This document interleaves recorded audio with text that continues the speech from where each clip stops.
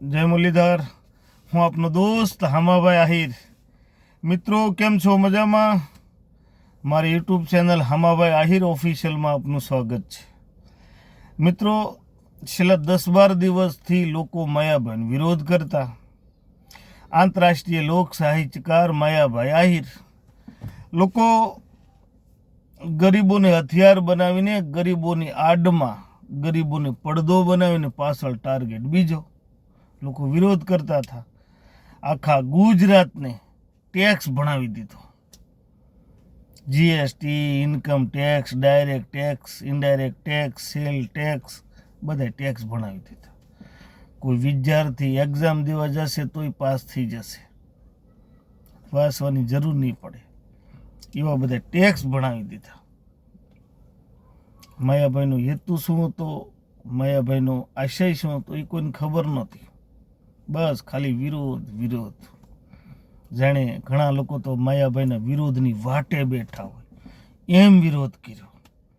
પણ હું આ વિડીયોના માધ્યમથી માયાભાઈને એક રિક્વેસ્ટ કરું છું. મેં ઘણા બધા વિડીયોમાં માયાભાઈનું સમર્થન કર્યું. આ વિડીયોમાં પણ કહું છું કે માયાભાઈને જાહેરમાં મારું સમર્થન હોવું જોઈએ. માયાભાઈએ પોલીસને હેરાન કરતા લોકોને કીધું, ટેક્સની ચોરી કરતા લોકોને કીધું, તો એમાં માયાભાઈ રાષ્ટ્રહિતની વાત કરી. આ વાત ઉપર માયાભાઈને બિરદાવવા જોઈએ. માયાભાઈનો વિરોધ ના હોય, માયાભાઈને બિરદાવવા જોઈએ. આપણે તો ટાર્ગેટ લઈને જ બેઠેલા, એમ આપણે વિરોધ ચાલુ કરી દીધો.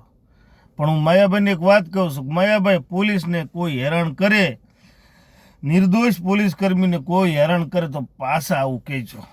એ મારી તમને ભલામણ છે. કેમ કે જેમ આ વાતની અંદર કોઈ ગરીબોને નહોતું કહેવામાં આવ્યું, એ લોકોએ વિડીયોનો એનાલિસિસ કર્યો ત્યારે જાણવા મળ્યું. પોલીસના મનોબળ વધારવાની વાત કરવી જ જોઈએ. પોલીસનું મનોબળ તોડનારા લોકો, પોલીસનું મોરલ ડાઉન કરનારા લોકોને કહેવું જ જોઈએ, એમાં હાલે જ નહીં. આ તમે જે વાત કરી માયાભાઈ, વાતથી હું તમને બિરદાવું છું. તમે રાષ્ટ્રહિતની વાત કરી, પણ ઘણા લોકોને હજમ ના થઈ એટલે વિરોધ ચાલુ કરી દીધો. ખેર, કાંઈ વાંધો નહીં. જેનું કામ છે વિરોધ કરવાનો, એ તો વિરોધ કરશે. સારું બોલો તો પણ વિરોધ કરશે, અને હસાવશો, નિર્દોષ હાસ્ય પીરસશો તોય વિરોધ એ કરશે. કેમ કે એક વાત તમને કહો, ઘણા લોકોએ વિરોધ માટે જ ચેનલ બનાવી હોય, એટલે એને વિરોધના વિડીયા તો મૂકવા ને એટલા માટે. એટલે વિરોધ કરે ને એનો વિરોધ મુબારક. પણ મેં વિડીયોના માધ્યમથી પહેલાં પણ કીધેલું અને હજી પણ કહું છું, જે અનાપ શનાપ બોલતા લોકો એને એકદમ મારી જાહેરમાં ચેતવણી છે કે તમે વિરોધ કરો તો શબ્દ સંભાળીને બોલો. મને ખ્યાલ છે તમે વાણીની સ્વતંત્રતા અને અભિવ્યક્તિની આઝાદીની કલમ 19(1) એનો તમે ઉપયોગ કરીને વિરોધ કરો છો. કરો વિરોધ, તમારો વિરોધ તમને મુબારક, પણ મોઢું સંભાળીને. આને સંભાળવું પડે, મોઢું છે ને સંભાળવું પડે, જીભને સંભાળવી પડે. આપણે આ ના સંભાળીએ ને તો પછી તકલીફ થઈ જાય. એટલે વિરોધ કરો તો વાંધો નથી, મોઢું સંભાળીને. અને તમે જે ઘણા વિડીયો બનાવીને જે ધમકીઓ પણ ગણાવી દીધી, પણ તો એ ધમકી હાંકી લઈ એ અમે નહીં પાછા, એ પણ યાદ રાખો. વિરોધ કરો શાંતિથી. તમે વિરોધ માટે ઘણું બધું કર્યું, ઘણું જોર લગાડ્યું, ઘણા સંગઠિત થયા, ઘણો વિરોધ કર્યો, પણ માયાભાઈ જેવા કદાવર આંતરરાષ્ટ્રીય લોક સાહિત્યકાર અને બીજા ઘણા બધા ગુજરાતી કલાકારોનો પણ વિરોધ કર્યો હતો. કટાક્ષમાં કોમેન્ટ પણ કર્યા હતા, પણ કાંઈ વાંધો નહીં.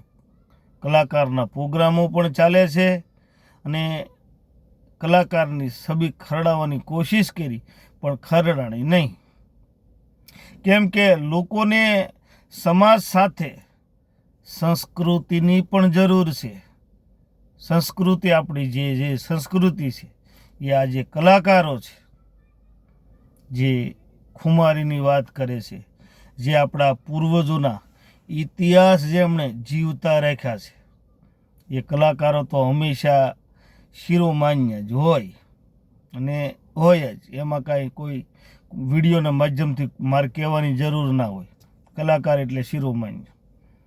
એક લોક સાહિત્યની કલા, લોક સંગીતની કલાને જેણે જીવતી રાખી છે, એવા કલાકારોને વિશેષ સ્થાન હોવું જ જોઈએ.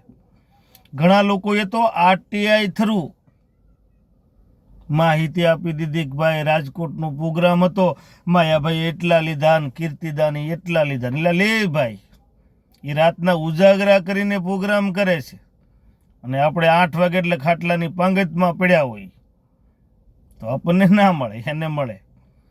વિશેષ વાત તો એ કરું કે સરકારે પણ આવા કલાકારોને વિશેષ દરજ્જો આપવો જોઈએ, વિશેષ સ્થાન આપવું જોઈએ.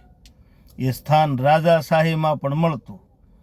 રાજકવિ હોય, રાજ સાહિત્યકાર હોય, એના સ્થાન પણ અલગ જ હતા એ ટાઈમે. એટલે આ જે સરકાર છે એને પણ આ જે કલાકારો છે એને વિશેષ દરજ્જો, વિશેષ સ્થાન આપવું જોઈએ.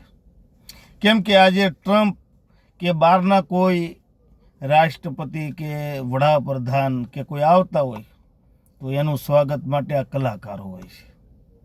આપણે મુઠ્ઠીભર વિરોધ કરવાવાળા નથી હોતા. ત્યાં સ્ટેજ ઉપર આ કલાકારો હોય છે. એટલે આજે લોક સંગીતની કલાને જીવિત રાખનાર કલાકારોને વિશેષ દરજ્જો મળવો જોઈએ. અને પ્રોગ્રામ સરકાર શરૂ કરે પણ તો એને પણ આવી ધનરાશિ દેવી જોઈએ કલાકારોને. એ બરાબર દીધા. જે રાજકોટથી કીર્તિદાન ગઢવીને કે માયાભાઈ આહિરને જે મળ્યા એ બરાબર છે, મળવા જ જોઈએ. તો પણ મને એવું લાગે છે કે જે એની ફી થાય એના કરતાં એણે ઓછા લીધા. આપણે તો એક કે પબ્લિકના પૈસા કલાકારોને આપી દીધા. પણ પબ્લિકે આપણે જે આપણા પૈસા, વાત સાચી, આપણા પૈસા આપણે સરકારને આપી દીધા. એના બદલામાં આપણે સરકારની સર્વિસ ગ્રહણ કરીએ છીએ, સરકારની સર્વિસ આપણે લઈએ છીએ. જો પણ સરકાર તરફથી આપણને સર્વિસ આપવામાં આવે છે, પાણી, રોડ, રસ્તા, લાઇટ, બધી સર્વિસ આપણને આપવામાં આવે છે ને, એ આપણે લઈએ છીએ. એટલે એવું ના હોય કે આપણે સરકાર શ્રીને પૈસા આપી દીધા હોય તો એ પૈસા આપણા, એવું નથી હોતું. એટલે એ સરકારના પૈસા હતા, સરકારે પ્રોગ્રામ કર્યો, સરકારે આપ્યા. અને પ્રોગ્રામ સરકારે કર્યો એ બહુ સારી વાત છે.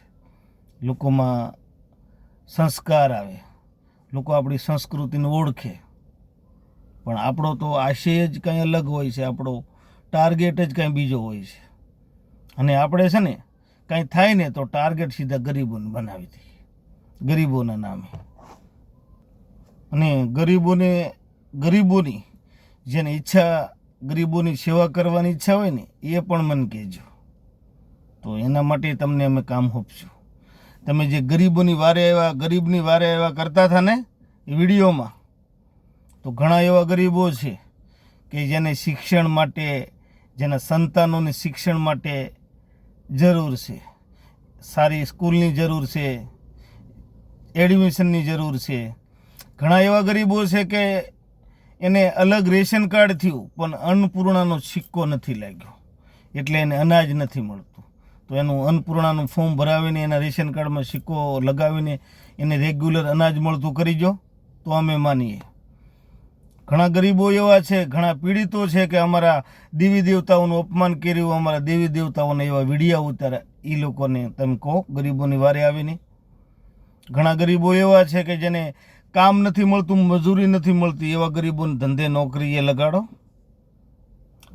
આ બધી ગરીબોની મદદ કરવા જેવું છે. ગરીબોના નામે વિરોધ કે 80 કરોડને, ઘણાને તો હું જેને પર્સનલ ઓળખું છું એ માણસે મને મેસેજ કર્યો કે 80 કરોડ ગરીબનું અપમાન કર્યું. મેં કીધું તને 1 થી 15 ગણતા નથી આવડતું, 80 કરોડનો આંકડો તારી પાસે ક્યાંથી આવ્યો? એટલે વિરોધમાં જેને ખબર હતી એ પણ, ના ખબર હતી એ પડી ગયા. ઓલી લીહી કપલિંગ કે ગમે ત્યાં સેટ થઈ જાય.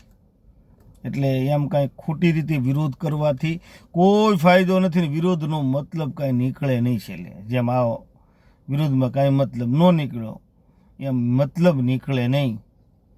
એટલે જેથી કરીને ખોટું પણ વિરોધ કરતાં પહેલાં એનો આશય, એનો હેતુ, એનો ઈરાદો તમને ખ્યાલ હોવો જોઈએ. કોર્ટમાં કેસ જાય ને તો જ્યારે કોર્ટમાં કેસ લડાતો હોય ને ત્યારે આક્ષેપ પ્રતિ આક્ષેપ અને એનો ઈરાદો, એનો હેતુ, એનો આશય એ જોવાતો હોય છે. એટલે તો હત્યા પણ થઈ હોય તો એ પણ ઈરાદાતન હત્યા અને ગેર ઈરાદાતન હત્યા કહેવાય છે. એ વસ્તુ યાદ રાખજો. એટલે વિરોધ તમે કરો ને તો તમને એ પણ ખબર હોવી જોઈએ કે આપણે કોનો વિરોધ કરીએ છીએ, એણે શું કીધું છે, એનો આશય શું હતો, એનો હેતુ શું હતો, એનો ઈરાદો શું હતો. પછી વિરોધ કરીએ ને તો આપણું આમ ફિટ થાય, બંધ બેસતું થાય. નકર તો પાછું આમ અડધેલી પાછું વળે. એટલે એ ના કરાય. ઓકે, ચલો તો મારો વિડીયો જેમ બને એમ જલ્દી શેર કરજો અને તમારા ભાઈબંધ, મિત્ર, દોસ્ત, ફ્રેન્ડ બધાને શેર કરજો. મારી ચેનલ છે ને એને સબસ્ક્રાઈબ કરજો. જય મુરલીધર, જય ઠાકર.